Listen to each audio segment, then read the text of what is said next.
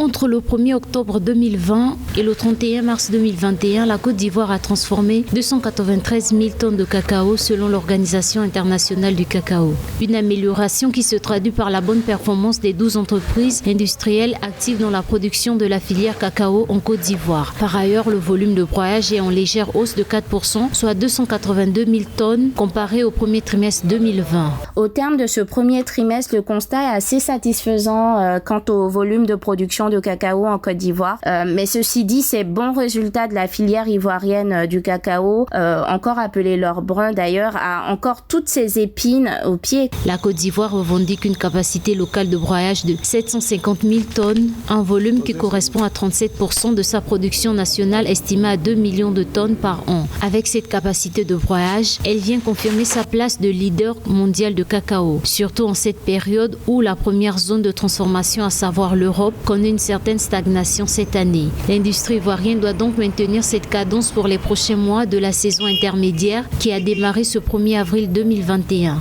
Le défi de la transformation du cacao est étroitement lié à la modernisation de la filière cacao en impliquant le facteur technologique.